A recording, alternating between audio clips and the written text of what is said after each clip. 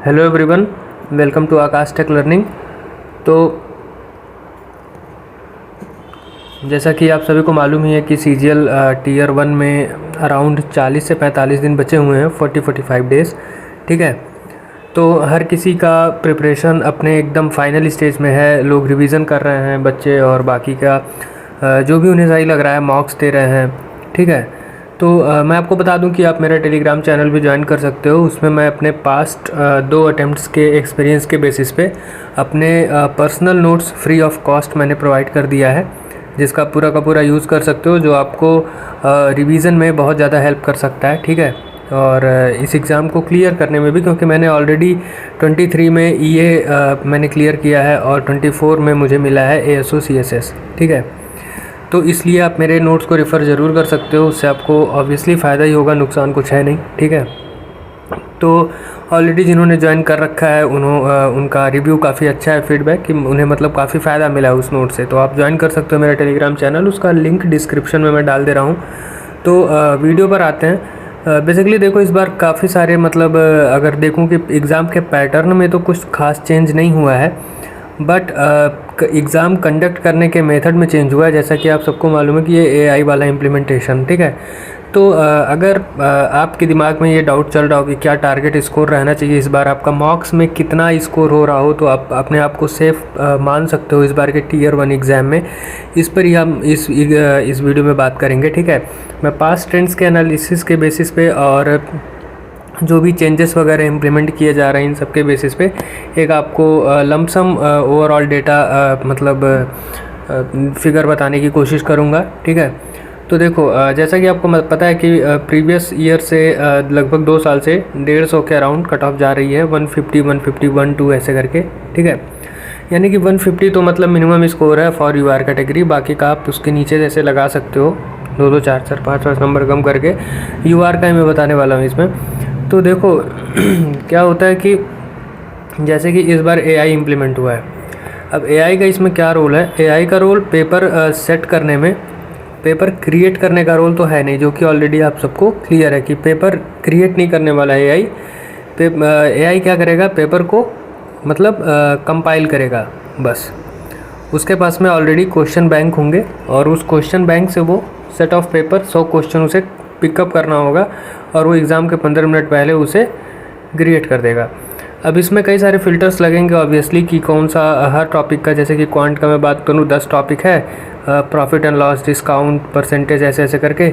तो सब में से वो कैटेगरी वाइज कर लेंगे आई थिंक, कि टफेस्ट क्वेश्चंस और मीडियम लेवल के क्वेश्चंस और मतलब इजी क्वेश्चंस हर एक टॉपिक के, और हर शिफ्ट में सारे में से मतलब कुछ हार्ड उठा लिया, कुछ मीडियम लेवल के उठा लिया, कुछ टफ, कुछ इजी लेवल के उठा लिया, और ऐसे करके पूरी की पूरी शिफ्ट क्रिएट हो जाएगी।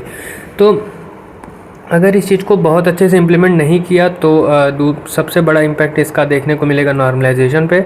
तो आपको बता दूं कि नॉर्मलाइजेशन का फार्मूला भी इस बार चेंज हुआ है। ठीक है, तो ये भी एक चेंज है। दूसरा एक चेंज है आपका AI वाला इम्प्लीमेंटेशन, ये चेंज है। अब AI का इम्प्लीमेंटेशन जो है क्वेश्चन पेपर पिकअप करने में, वो अगर बहुत अच्छे से इम्प्लीमेंट नहीं हुआ तो हार्डेस्ट शिफ्ट और जो ईजीएस्ट शिफ्ट है, इनके बीच का जो वेरिएशन है वो इस बार और भी ज़्यादा देखने को मिल जाएगा, जैसा कि हर साल मिलता है उसके कंपैरिजन में। इसका इम्पैक्ट क्या होगा?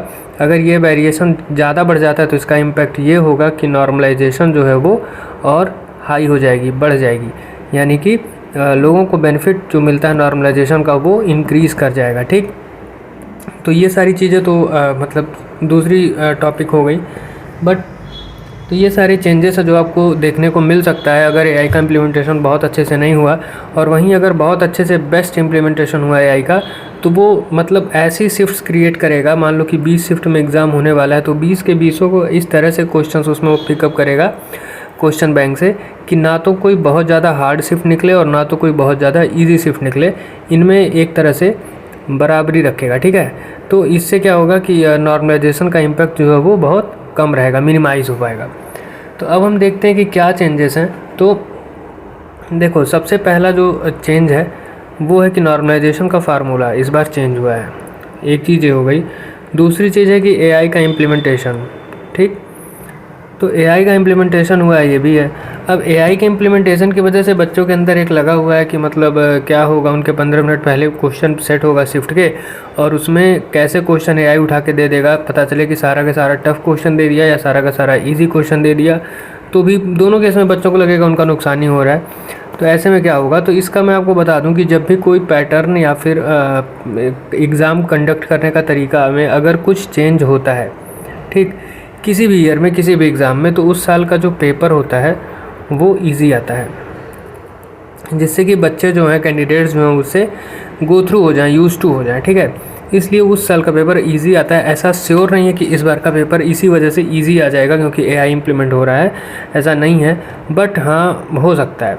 दूसरी चीज़ ये है कि जो एआई है उसके पास में क्या होगा, पूरा का पूरा क्वेश्चन बैंक होगा, क्वेश्चन बैंक होगा। अब ये जो क्वेश्चन बैंक होगा, ये क्वेश्चन बैंक का सबसे ज़्यादा हाई प्रोबेबिलिटी है कि जो TCS previous year question papers हैं उनमें से बहुत ज़्यादा क्वेश्चन से उठा के इस क्वेश्चन बैंक में पुटअप किया जाएगा, ठीक है। यानी कि इसका क्या इम्पैक्ट निकल के आता है कि जो प्रीवियस ईयर क्वेश्चंस हैं, ठीक, उन्हें जो कैंडिडेट, जो स्टूडेंट उन्हें बहुत अच्छे से किया होगा, वो मतलब बहुत ही अच्छा स्कोर करने वाला है इस बार के एग्ज़ाम में, ये आप देख लेना, ठीक है, जब इसका आता है कट ऑफ वगैरह। तो इसलिए ये जो दो चीज़ें हैं, एक तो नॉर्मलाइजेशन का फार्मूला में चेंज होना, दूसरा एआई का इम्प्लीमेंटेशन होना, इन दोनों चीज़ों की वजह से जो सबसे बड़ा इम्पैक्ट है कि पेपर का बहुत ज़्यादा हाई चांस है कि इजी साइड में रहेगा, और दूसरी चीज़ है कि जो प्रीवियस ईयर क्वेश्चन पेपर्स हैं ये क्वेश्चन बैंक में होने के बहुत ज़्यादा हाई चांसेस हैं।